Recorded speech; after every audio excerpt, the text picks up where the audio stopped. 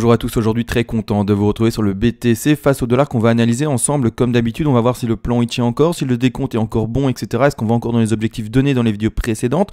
Pour ce faire, comme d'hab, petite rétrospective sur une vidéo qui date ici du 9 août 2019, au début finalement du mouvement baissier qu'on avait bien entendu identifié. Ici à ce moment-là, on était encore aux alentours des prix des 11 764 $ et on voyait la baisse du BTC ici s'amorcer pour les revoir. Normalement, encore une fois, là on était déjà quelques jours à l'avance. Vous le savez très bien, c'était seulement la date on était quantième ici du 9 août 2019, pardon, donc ici clairement 4 jours à l'avance, clairement, donc ici on voyait aux alentours des prix des 10 800, vous allez voir que l'objectif va être légèrement modifié, voire même légèrement descendu avec en tout cas cette affaire-ci, donc ici clairement avec le temps on peut peaufiner de plus en plus son travail et donc ici vous allez voir qu'on va faire en sorte de le peaufiner un maximum pour voir les objectifs baissiers bien entendu pour celui-ci, donc ici on voit bien la chute s'amorcer, donc on va analyser ça ensemble. Juste avant l'analyse, encore une fois, juste merci à toutes les dernières donations, vous êtes de plus en plus nombreux, c'est vraiment impressionnant pour soutenir la chaîne et faire en sorte qu'on soit toujours aussi régulier sur les analyses journalières du BTC et également sur d'autres analyses des crypto-monnaies. Vous le savez, pour vous remercier, je vous offre tout volontiers toutes les règles d'Elliott en français, comme ça c'est simple d'accès et en plus de ça, c'est accessible aux débutants et vous pouvez faire de votre côté surtout vos propres plans de trading, projection de prix à la hausse ou à la baisse selon l'actif et en plus de ça, placez également vos stop loss, vos points d'entrée et vos TP selon des points intéressants et surtout calculés et pas mis de manière hasardeuse. Et en plus de ça, vous le savez très bien, vous pouvez, si vous le désirez, me demander une analyse à la demande sur n'importe quel actif spéculatif que je ferai le plus rapidement possible en vidéo. Maintenant que ça c'est dit et que ça c'est fait, merci à tous, n'empêche, on analyse ça, c'est-à-dire que pour le moment, je suis en 4 heures pour montrer le grand plan, comme je voulais faire la rétrospective comme d'habitude en début de vidéo, mais on va surtout passer maintenant en horaire, voir où est-ce qu'on en est dans le sous des comptes, etc. Vraiment aller dans quelque chose de plus précis. D'accord? Donc pour le moment, j'attends encore et toujours une baisse. Clairement, on est occupé d'enfoncer à chaque fois les derniers plus bas. On a un dernier plus bas enfoncé ici qui se trouve aux alentours des 11 087 $. Encore une fois, point de rebond qui avait été trouvé, rappelez-vous, au 361,8% de Fibonacci pour un bas de 3. On attendait un haut de 4 également dans l'analyse d'hier exactement. Là, je vous ai montré une vidéo il y a 4 jours, mais comme on analyse ça tous les jours, grossièrement, il y a des analyses tous les jours, etc. Et donc hier, on voyait le rebond de la 3, bien entendu, vers la 4. La chose, c'est que la 4 a été premièrement, si je ne me trompe pas, assez profonde. Elle s'est arrêtée, sauf erreur de ma part, aux alentours des 61, on va regarder ça ensemble. De tête, j'ai des chiffres, mais je ne sais plus s'ils sont exacts ou pas. On va regarder ça directement en démontrant ça. D'accord? Donc ici, clairement, on descend en 5 vagues. Je vais voir 5 vagues baissières. Ça se voit ici en blanc. Je vais remettre quelques petites choses ici en retrait. Je vais voir 5 vagues baissières en blanche. Pour le moment, j'ai absolument pas fini ce décompte-là. D'accord? Donc ici, je continue à baisser, à compter à la baisse pour ma part. Ce qui nous intéresse, c'est surtout dans la vidéo précédente, c'est de pouvoir, bien entendu, ici identifier ce sommet de 4 ici en minuscule que l'on peut voir ici clairement, d'accord, pour enfin replonger vers la 5. On regardait ça ensemble, bien entendu, parce qu'en fait, il faut le savoir, cette 4 ici a été profonde, elle a été assez forte, elle a été cherchée très précisément, ben voilà, c'est ça que je voulais dire, les 61,8, mais j'étais plus sûr de tête,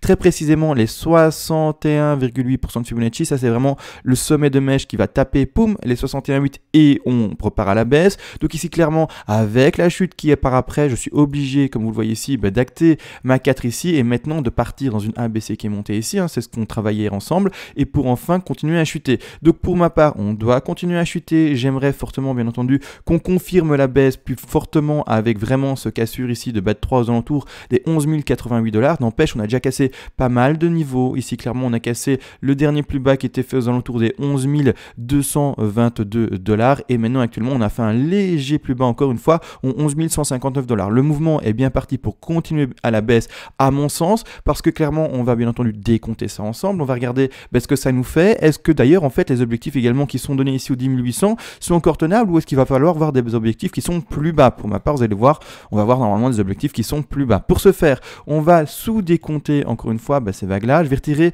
l'objectif ici en vert, je vais en remettre un plus tard, je vais redessiner ça par après. C'est juste comme ça, on a moins de choses à l'écran. Pour le moment, je pars dans ça. D'accord? Il faut savoir que cette 5 doit être également sous-divisée, et pas sous-divisée, mais sous-divisée en... Donc ça, je vais le mettre en... Pas en minutes, je vais le mettre en... attendez 2 secondes, je vais le mettre juste en mineur ici, comme ça c'est bien. Donc ici, clairement, cette 5 doit être également sous-divisée en 5 vagues. Ça, c'est pas très complexe à comprendre, en tout cas, c'est accessible pour tous. C'est-à-dire que là, je vais prendre 1, 2, 3, 4, 5 et je vais commencer à sous-décompter comme suit. Donc 1, 2, j'ai mal placé la 1, je vais bien le faire après, une 3, une 4 et puis une 5, d'accord? C'est ça que je veux savoir, décompter pour ce BAT5. Donc ici clairement, et d'ailleurs je vais mettre maintenant la time frame en minuscule, comme suit, d'accord? Donc maintenant, donc le cycle, pardon, mais ici clairement, voilà ce que je veux décompter pour finir ma 5. Là actuellement, on va commencer par, comme dit, eh bien, décompter les sous-vagues, d'accord? Donc ici je vais mettre en retrait. Donc ici clairement, la 2, qu'est-ce qu'elle a été cherchée actuellement? Donc c'est le début seulement du mouvement baissier. On va regarder le retracement que ça nous a fait ensemble. On a été chercher un retracement ici. Je rappelle, n'empêche, pardon, les targets d'une 2, ce sont les 50 et les 61,8% de Fibonacci. C'est-à-dire que quand je zoome, la 2 ici, que l'on peut voir ici en blanche, doit normalement, dans les cas les plus fréquents, aux alentours des 73% de chances, de probabilité, se terminer entre l'objectif ici vert des 50% de Fibonacci et un peu plus haut, l'objectif ici qui est turquoise, si je ne me trompe pas, un bleu un peu bizarre, des 61,8% de Fibonacci. Et donc on a 73% de chances de finir là-dedans. On a fini ici, vous le voyez très bien, légèrement au-dessus des 61,8% de Fibonacci. On a légèrement dépassé l'objectif. Bon, bah, c'est comme ça, hein. Donc on a ici vraiment quand même une forte réaction dans cette zone-là, vraiment de fortes zones de résistance. N'empêche, on a légèrement dépassé les 61,8. Je reste dans une 2 pour ma part, n'empêche. Hein. Pour moi, ça n'annule, pardon, pas du tout. Une 2. Par après, on a enfin l'effondrement, si on peut appeler ça comme ça. Hein. Donc en tout cas, la continuation de la baisse qui nous fait ici des plus bas et qui va péter le bas de la 1. Et maintenant, bah, finalement, vous allez voir qu'avec les objectifs minimales de la 3 qui sont ici, de la 4 et de la 5, on va normalement aller voir plus bas. Également, après, je vais passer vite fait sur le graphique des futurs, vous montrer une petite chose parce qu'il y a des gaps qui sont assez intéressants et qui sont à aller chercher à mon sens. Donc ici, on va faire le travail directement avec les Fibos et après, on passe sur le graphique donc des futurs ensemble. Donc ici, hop, je place 1, je vais au sommet de ma 2, je vais l'étendre comme ça, on voit bien ici le Fibo. C'est-à-dire que, rappelez-vous, l'objectif minimal pour cette 3 ici, je vais mettre maintenant celle-ci en plus évidence, un peu de mal à parler ce matin, ou plutôt ce midi parce qu'il est déjà un peu plus de midi, même après-midi. Mais clairement ici, il faut comprendre que cette grande 3 en blanche a des objectifs minimales. Donc cette baisse-ci doit continuer à s'amorcer si on est bel et bien dans une 3 et qu'on est bien entendu dans le bon scénario, parce que je rappelle, on n'est pas dans la lecture d'avenir, ce sont des scénarios mis en place et tant mieux s'ils se font, et s'ils se font pas, ben voilà, on est le bec dans l'eau, d'accord? Il faut toujours avoir ça en l'esprit, même si on se trompe entre guillemets rarement et que les plans ont l'air vraiment très bien faits à chaque fois, il faut savoir qu'on n'est pas dans la lecture d'avenir, il y a toujours moyen de se tromper, on n'est pas des robots, etc. On n'est pas ici avec des calculs quantiques, que sais-je, on est vraiment ici encore et toujours dans un travail humain, entre guillemets, malheureusement. D'accord? Donc ici, grossièrement, 2 vers 3, mais l'objectif minimal d'une 3, vous le savez, on le fait assez, on vit ensemble tous les jours, c'est-à-dire que c'est 161,8. D'accord? 161,8. Cet objectif-là pour la 3, c'est aller chercher les 10 871 $. C'est-à-dire le dernier petit rectangle qu'on avait placé ensemble. Rappelez-vous, je l'ai effacé maintenant en début de vidéo, mais j'aurais peut-être pas dû finalement, mais c'est le rectangle qui était indiqué ici. Le rectangle, j'ai fait bon, je l'efface, mais ça, c'est l'objectif minimal qu'on avait donné, donc les 10 860. Donc on va vite regarder ça, comme j'avais effacé le rectangle, c'est pas une bonne chose, mais du coup, on retourne sur la vidéo d'avant. C'est ici, vous voyez, les 10 800. D'accord? Le rectangle vert, il est mis là. D'accord? 10 800. Malgré tout, maintenant, le truc, c'est que avec je sous-décompte, pour être plus précis encore une fois, ce serait l'objectif grand minimal avec en plus de ça une 5 qui ferait un double bottom. Donc ici encore une fois, les double bottom et les tronqués pour les 5, c'est pas du tout ce qu'on privilégie, mais absolument pas. Donc de ce fait, qu'est-ce qui va se passer? D'ailleurs, je vais partir maintenant dans un scénario faible avec de toute façon une 3 qui s'arrêterait ici à 161,8 parce qu'elle a des objectifs beaucoup plus bas. Mais là maintenant, trop tôt dans le temps pour le faire, on regardera ce qui nous dessine, etc. avec encore demain, après-demain, etc. Mais là, projection minimale, ce sont les 10 869 $ pour ce bas de 3. C'est-à-dire que là, on va faire bien entendu un haut de 4, donc un rebond de 4, il y a toujours des bougies vertes à un moment, il ne faut pas croire qu'il n'y aura que des bougies rouges, il y aura toujours un rebond qui vont faire croire qu'on est reparti en boule, etc. À chaque fois, en fait, on prend les gens à revers, c'est comme ça, c'est le piège du trading. Mais n'empêche ici, donc l'objectif de 4, on va en 23,6, 38,2, 50, on est vraiment dans une 2 qui est légèrement, si on peut dire ça, plus puissante que la normale, c'est-à-dire qu'on a légèrement dépassé les 61,8, mais de presque rien, donc je vais vraiment la considérer comme quelque chose de normal, et on va pas non plus dire que c'est une 2 extrêmement puissante, elle est vraiment tout proche de la normalité des 73% de probabilité, donc on va rester vraiment dans une 2 classique. Pour ce faire, on va pas faire des extrapolations, on va rester sur une 38,2. On va rester sur une 38,2 de rebond pour la 4. Tout à fait normal, bien entendu. Je rappelle, n'empêche, les objectifs d'une 4, si je ne l'ai pas fait, 23,6, 38,2, 50. Et par après, enfin, on peut spéculer le bas de 5. Et le bas de 5, les objectifs suivants. Hein. Donc, on va vite faire d'ailleurs mettre le Fibo ensemble.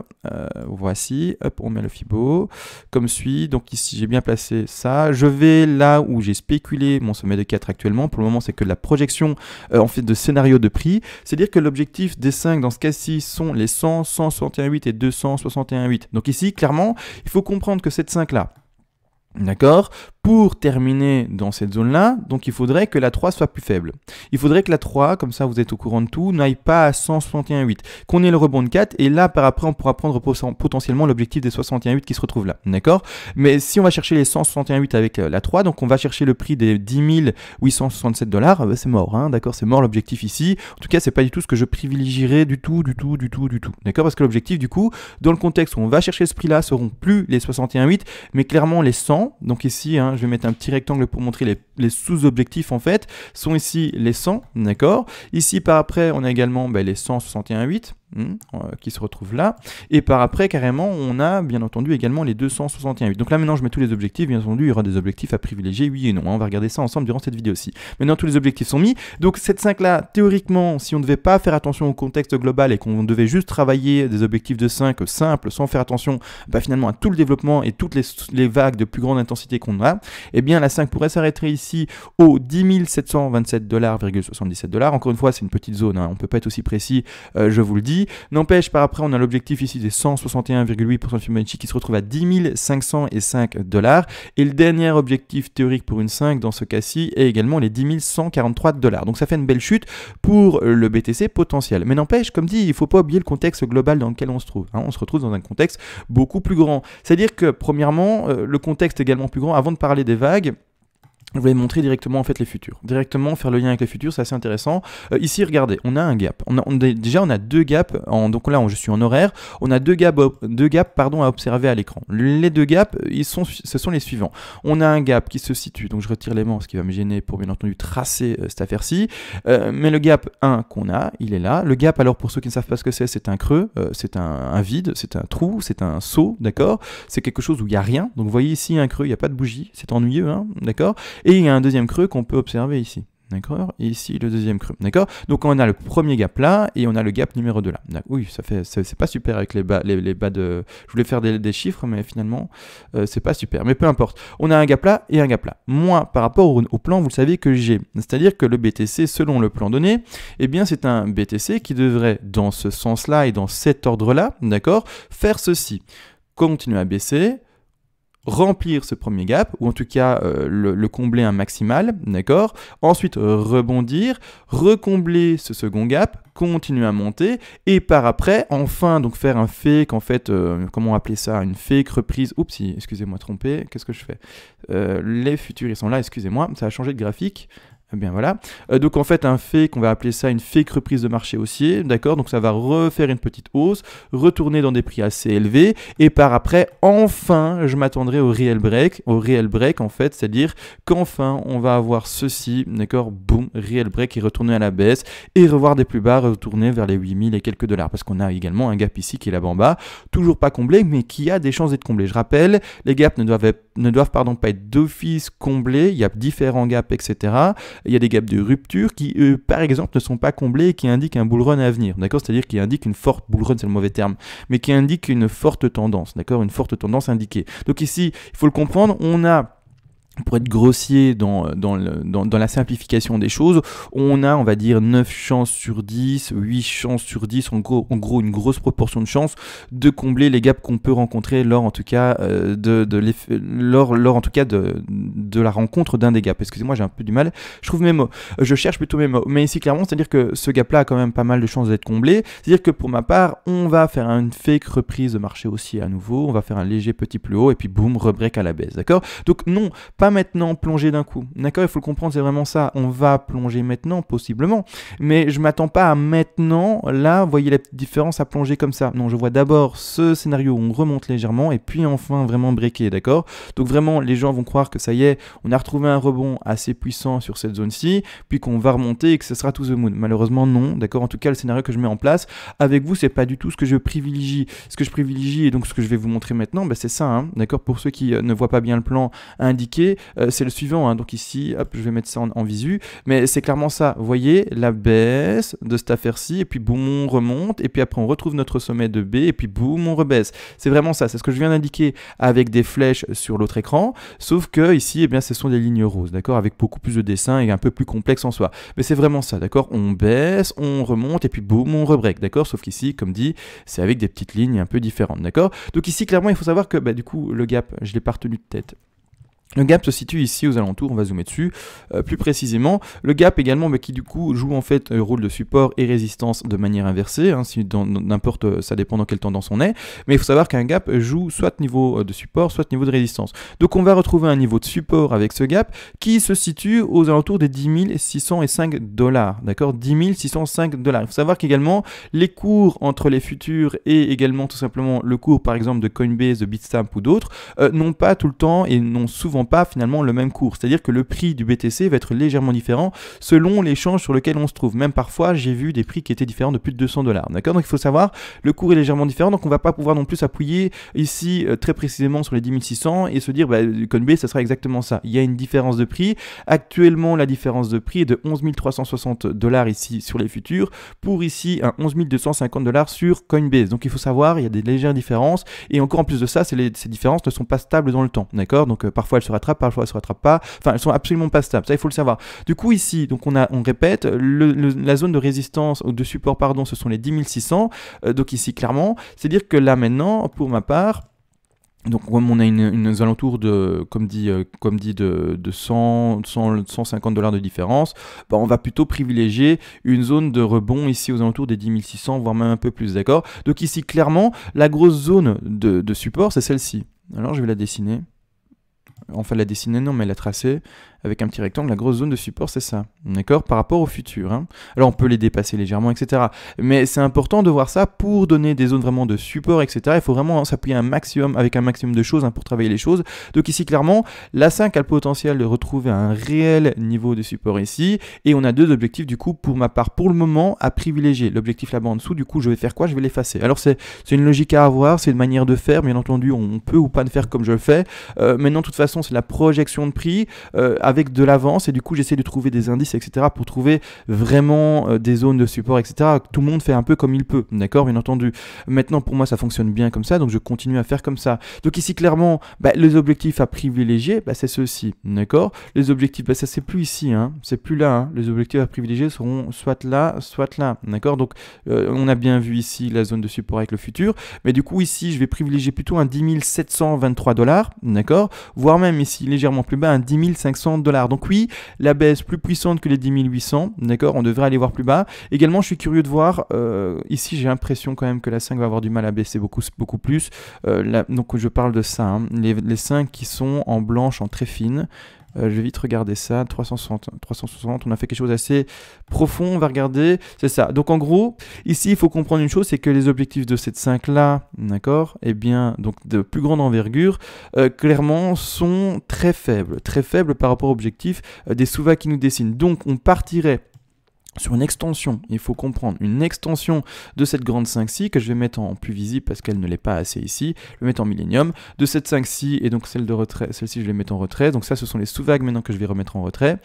Beaucoup de chipotage aujourd'hui, mais c'est pas grave, on va y arriver. C'est-à-dire que cette 5-ci, d'accord, ce que je travaille là en 1, 2, 3, 4 et 5, est sous-décompté et sous-développé dans ces sous-vagues là, 1, 2, 3, 4 et 5, d'accord, mais que du coup on va dépasser l'objectif des 261,8% Fibonacci qui se situe aux 11 008 $, et pour moi on va aller voir plus bas, on va aller voir l'objectif ici carrément entre les 360 et également les 420. Donc ici clairement grosse zone quand même, hein, de frein ici, c'est pour ça que je vais arrêter pour le moment ma 5 ici à 10 726 $, mais pour le moment vous l'aurez compris, on est vraiment dans une projection assez forte, d'accord, vraiment. On attend quoi pour être plus précis par après, parce que là maintenant on est encore une fois dans la projection de scénario, on attend réellement ce bas de 3, hein, d'accord, qui est vraiment validé, ce sommet de 4 qui sera également vraiment validé, et puis enfin on pourra vraiment spéculer la 5. Pour le moment, trop tôt, on n'a même pas le bas de 3 qui est validé. On n'a encore rien, il faut le comprendre, on n'a encore rien du tout à l'écran. C'est pour ça, on attend les confirmations, on est encore que dans la projection de prix. C'est-à-dire que là maintenant, encore une fois, rappelez-vous, pour les néophytes, je n'invite pas à shorter le marché. Par contre, le long qui avait été initié ensemble depuis là-bas en dessous, 9100, 9200, 9300, tout dépend de où est-ce que vous êtes rentré dans ce point-là. Le long qui a été initié ensemble, je le rappelle, est clôturé soit à 100%, 100% maintenant si vous l'avez clôturé à 100%, soit pour les rares beaucoup plus offensifs qui arrivent à tenir leur position ouverte, légèrement encore ouverte à hauteur, alors la stratégie que moi j'avais mis en place avec vous c'était à hauteur de 7%, maintenant à vous de voir si vous laissez ou pas ouvert, etc. Si vous avez les moyens bien entendu de le laisser ouvert ou pas, si c'est pas un trade qui est finalement trop gourmand par rapport finalement aux bénéfices encore potentiels pour ces 7 petits pourcents qui courent, à vous de voir, mais moi je m'attends à quoi? Un petit dernier rebond pour revoir des plus hauts, d'accord? Et là clôturer d'office à 100% le trade, parce qu'après boum on baisse. Quand il y aura la baisse, encore une fois, je réinvite pas du tout à shorter le marché. C'est un marché très piégeur qui de fond est haussier. Quand on travaille un marché qui est de fond, donc finalement depuis plusieurs mois haussier, on s'amuse pas à long ce marché-là. C'est comme ça, à short pardon ce marché-là. C'est comme ça, c'est pas autrement. Il est plus piégeur qu'autre chose. Donc pour ma part, on va attendre les bougies rouges et on va rien faire pendant, je sais pas, le temps qui baisse, d'accord? Donc quand il y aura des bougies rouges pour les néophytes, je parle aux néophytes, les expérimentés, vous faites ce que vous voulez, vous shortez, vous long, vous faites ce que vous voulez, faites un levier 100 si vous voulez, c'est votre problème. Mais aux néophytes, j'invite pas du tout à shorter ce marché-là. C'est extrêmement piégeur. Donc quand il y aura des bougies rouges ici, donc là, d'accord, je vais quand même l'identifier et comme ça on voit bien visuellement. Quand il y aura des bougies rouges, là, on fera que les observer. En tout cas, moi, c'est ce que je ferai avec vous. Je les observerai, je les décompterai pour trouver un point d'achat. D'accord? Pour le moment, on a vu des points d'achat qui sont ici en vert, qui sont placés, mais ils ne sont pas définitifs. On va travailler ça, on va sous-décompter ça, et une fois qu'on aura les sous-décomptes et qu'on arrivera tout doucement à la fin de notre sous-décompte, on dira OK. On commence à passer à l'achat, on commence à mettre des points d'entrée réels et en tout cas on va passer réellement et appuyer sur le bouton achat, d'accord? Mais clairement il faut comprendre que là maintenant trop tôt, on va dans ce cas-là attendre les bougies rouges, encore une fois dans cette optique pédagogique également, tous les jours vous faire cette vidéo pour vous montrer comment un plan de trading évolue. Donc maintenant tout se passe bien, il faut juste comprendre durant cette vidéo qu'est-ce que j'ai voulu annoncer, c'est que tout se passe bien, qu'on devrait continuer légèrement à baisser actuellement vers les, si je me rappelle bien, c'est vers en dessous, en tout cas en dessous des 10 800, aller chercher potentiellement les 10 700, voire même un peu plus bas ici, les 10 540 $, donc baisser encore et toujours avec celui-ci. Petit dernier rebond pour celui-ci vers les, ça on ne sait pas encore, on va regarder ça plus précisément plus tard, mais en tout cas remonter au-dessus des 12 000 $ normalement, et par après enfin réellement cracher. Donc ici grossièrement, c'est bête, mais c'est-à-dire range, c'est-à-dire que ici, c'est clairement ça, c'est range. En fait, ce que je vois avec vous, c'est un range, donc on va mettre ça, que de plus visible, mais là clairement, ce que je vois avec vous, c'est ça en fait, Grossièrement, c'est le cours qui baisse légèrement, puis petite hausse, puis après de nouveau petite baisse, et puis boum, d'accord? C'est vraiment ça. Donc ici, une zone de range, vous voyez ici, qui peut durer longtemps, d'accord? Donc encore une fois, le temps, c'est pas le travailler, mais n'empêche, ce que je vois, c'est une zone de range assez importante en termes de temps, qui devrait ne pas durer un jour pour vous donner vraiment une idée de temps, mais qui devrait durer plus longtemps, une semaine, 2 semaines, 3 semaines, ça j'en sais rien du tout, mais enfin breaker par le bas et pas du tout monter, d'accord? En tout cas, c'est pas le plan que j'ai pour le moment, d'accord? Comme dit, il y avait des points d'invalidation. Si jamais vous voyez que le BTC pète le niveau jaune au 12 789 $, excusez-moi, j'ai beaucoup de mal aujourd'hui de parler, c'est pas grave, mais dès qu'on cassera ce niveau-là, là au contraire, on verra un scénario haussier, on passera à l'achat plus tard pour encore une fois du trading, pas du tout de l'achat d'investissement. Celui qui est là pour l'investissement, je reprécise, mes vidéos ne le concernent pas, mes vidéos ne te servent à rien si c'est pour de l'investissement, c'est bizarre mais c'est comme ça, on ne parle que de trading, de points d'entrée pour faire du trading, d'accord? Donc ici c'est tout à fait différent entre un investisseur et quelqu'un qui fait des mouvements d'achat et de vente assez rapides dans le temps, d'accord? Vraiment ça n'a rien à voir. Donc ici clairement, voilà, dès qu'on passera au-dessus de ce niveau des 12 789, ça invalidera pour moi le scénario baissier et du coup on verra des plus hauts et on verra des nouveaux points d'achat plus tard pour en continuer à monter avec le marché. Mais ici clairement, je pense avoir tout dit. Excusez-moi, j'ai eu du mal aujourd'hui, vraiment du mal à parler ce matin, je sais pas ce que j'avais, mais c'est pas grave. On va se reprendre, je vais essayer de faire d'autres analyses aujourd'hui à la demande également. Malheureusement, en ce moment, j'ai un problème avec un site qui me permet de travailler les altcoins avec des graphiques vraiment très complets.